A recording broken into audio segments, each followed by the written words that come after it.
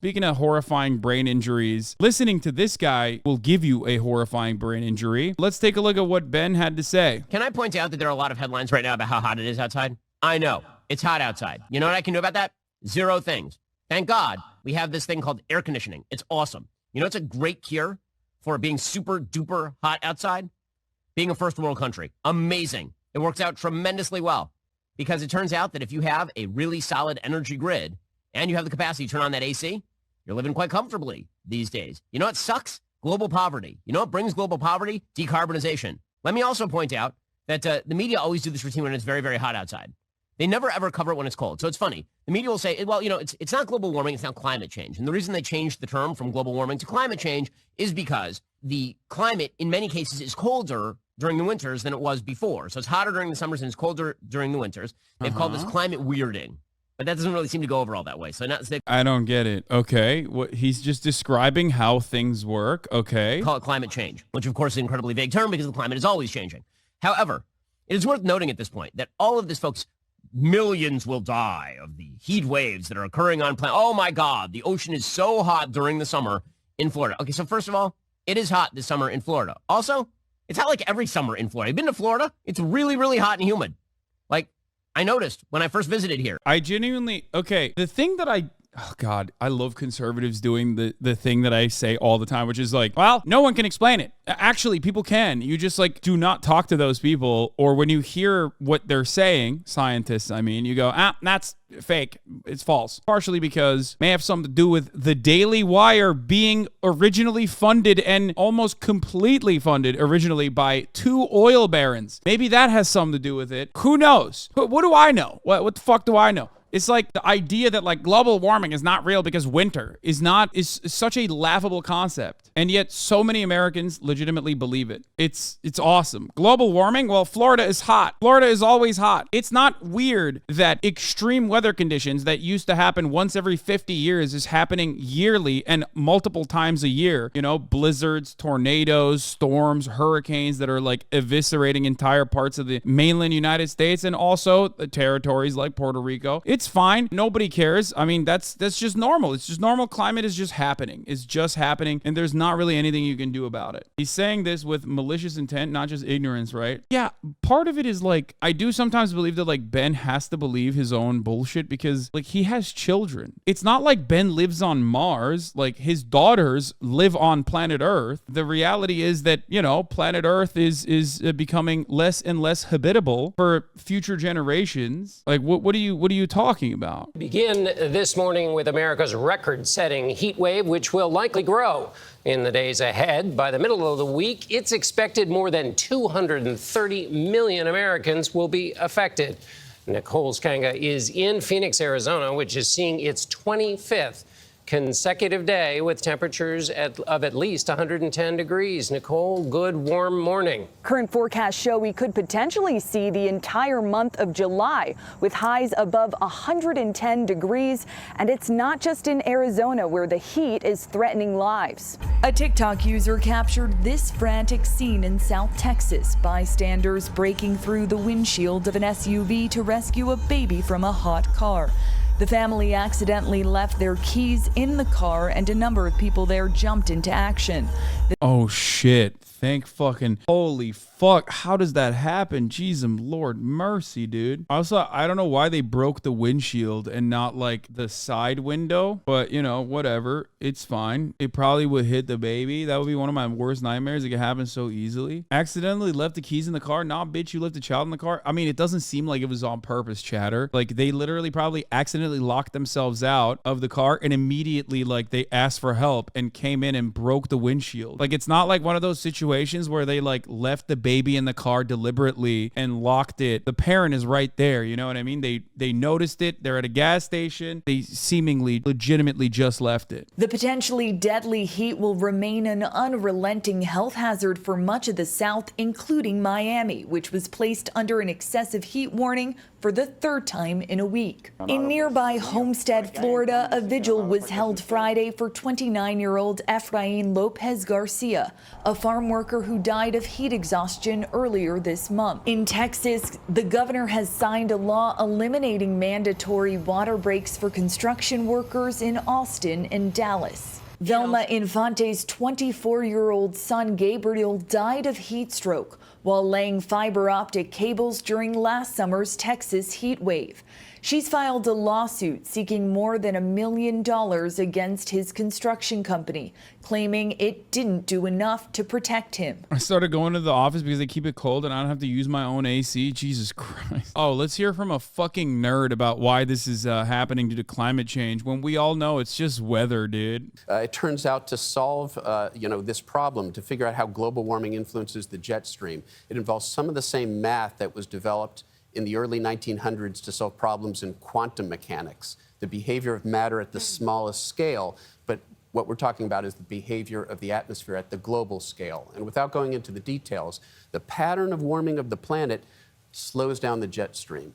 So you get more of these stuck weather patterns that just sit in place day after day over Phoenix, Arizona, or raining in the eastern U.S. And it's that stuck nature that gives you these extreme, heat events, wildfires, floods. And that's part of the problem. And the climate models haven't done a great job in capturing that. So some of those impacts are actually worse than the models predicted. The chatter keeps asking, Hasan, what do you think about going vegan personally, reduce your emissions? I think you literally do not understand. It's no different than reducing the amount of showers you take personally, okay? This needs to be done at a systemic level. I am perfectly in tune and on board with making limitations on our consumption choices as long as it's done at the level of government, okay? The notion of personal responsibility makes you feel good. Maybe you feel like you're contributing less to the ecological disasters that are coming our way, and that's fine and dandy. But if we're talking about genuine systemic solutions, it still has to be done at the government level. What that means is straight up, I do believe this, if they legitimately were to get people on board, or even without getting people on board, maybe reduce the amount of subsidies offered to poultry to make it more difficult to produce, I would be on board with it. If millions went vegan, it would objectively help.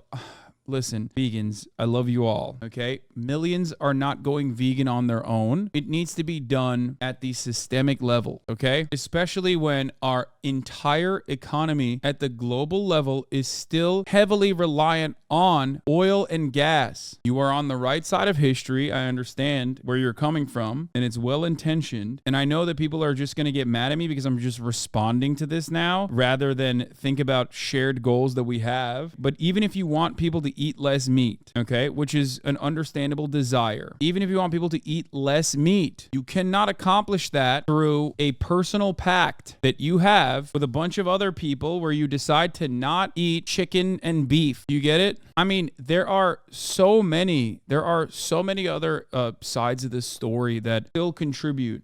There's a tremendous amount of food waste, for example. And also, every dumbass that sends me shit like this, for the record, every dumbass that sends me shit like this is the same kind of dumbass that probably reads articles about how you don't need to take a shower every day, as a matter of fact, and not even think twice about it.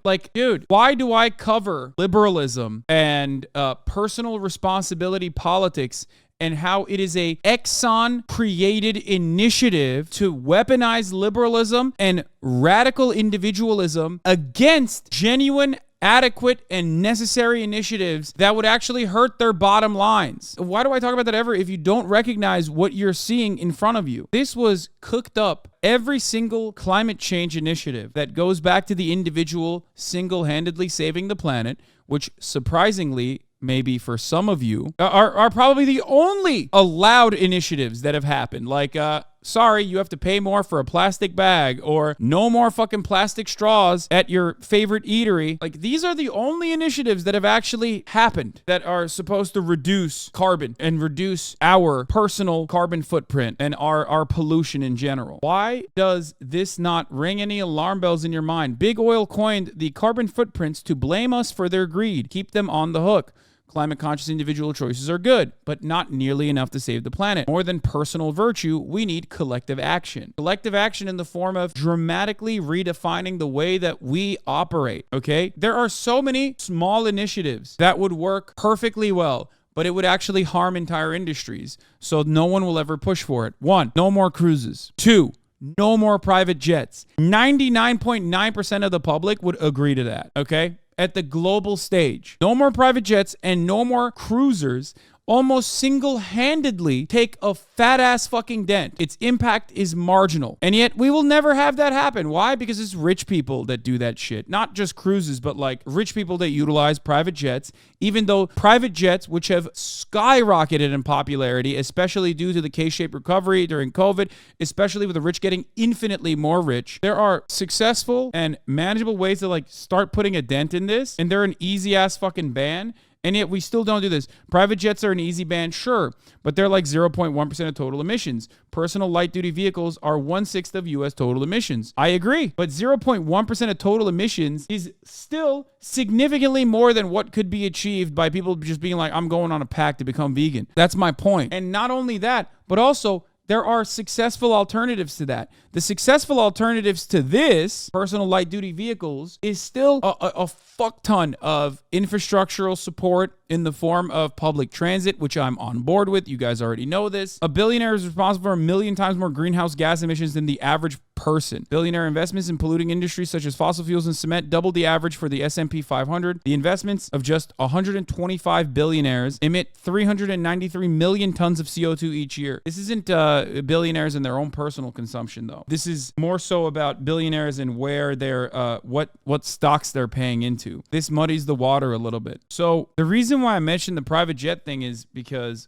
where was it? Oh, here. Private jets emitted a total of 5.3 million tons of CO2 in the last 3 years, with the number of flights skyrocketing from nearly 119,000 in 2020 to 573,000 in 2022. That amount of carbon dioxide is more than Uganda, a country of 46 million people, produces in a year. Tell me that that's insignificant. Tell me that that's fucking insignificant, dude. Private jets make up, I think, like, private jets, I forget what the statistic is, and I don't want to butcher it, but I'm pretty sure private jets now emit, like, oh, here, this is what I was thinking of. Oh, here it is. The jets are the 1% of global warmers. According to the Institute for Policy Studies, private jets emit at least 10 times more pollutants than a commercial plane per passenger. As a result, 1% of the population is responsible for generating half of the greenhouse gases emitted by aviation. Oh, for the record, I don't think that it's a bad thing to go vegan. I am supportive of you in your decisions. But if you are going to come to me and say individual actions are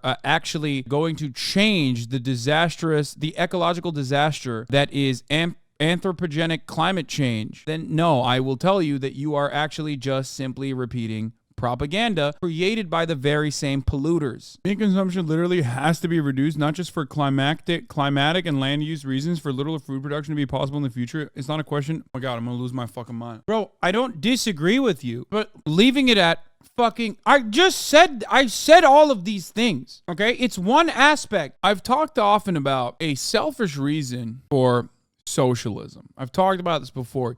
You can make a selfish argument for solving the homelessness crisis, for example. Part of the reason why we live in a society, part of the reason why we live in a societal formation, part of the reason why we give money to the government is so that we don't have to fucking deal with a homeless person having a mental health crisis or an episode right in front of our eyes. There are people who are professional, who have studied how to deal with this, who know the best ways to deal with it, who should be hired to specifically fucking deal with it. You shouldn't have to do that. You are not a fucking social worker, okay? You're not. That's why you pay taxes. The same principle goes for this. You can argue about this till the cows come home, proverbially. Okay? If I was hyper libbed up, I would just say, oh, I have an electric vehicle, okay? That reduces emissions, carbon emissions. I don't drive around that much. I stay in one fucking place. Suck my dick, okay? What have you done? Where's your electric vehicle? But I'm not, so shut the fuck up. There's the urgency. We all see the urgency. It's playing out in real time now. But there's agency. We can still act in time to avert the worst impacts. And there's a little bit of good news in the science. Over the last decade or so, we've learned that if we bring our carbon emissions to zero, the planet actually stops warming up very quickly. So there's an immediate and direct impact of our efforts to decarbonize our civilization. But, you know, let's not be Pollyannish about this. We've got to bring carbon emissions down by 50% by 2030, all the way down to zero by the end of this, by the middle of this century, if we are to avert a catastrophic 3 degrees Fahrenheit warming. What's the most important thing we can do? Use our voice, vote for climate advocates, do everything we can to put pressure on policymakers to make the decisions, to do the things that we can't do ourselves. Right. You will not observe an immediate change, LaMaffei. I mean, you don't. Humanity has the capacity to adapt, which in this circumstance is kind of harming us. Because no matter what happens, like, human beings will adapt. They'll also push aside the most awful consequences, because the most awful consequences are always happening to poor people, the poorest people that don't have fucking cameras on them because they're not seen as like important enough to care by the first world. So that's it. Whoever wrote this prompt is mean. I'm so cracked at drawing. If you guys can't figure mine out, it's not even funny. Oli, girl. I feel like I have to like send flowers to whoever got mine. Eating a pizza. Couldn't recognize herself. Hasan, why?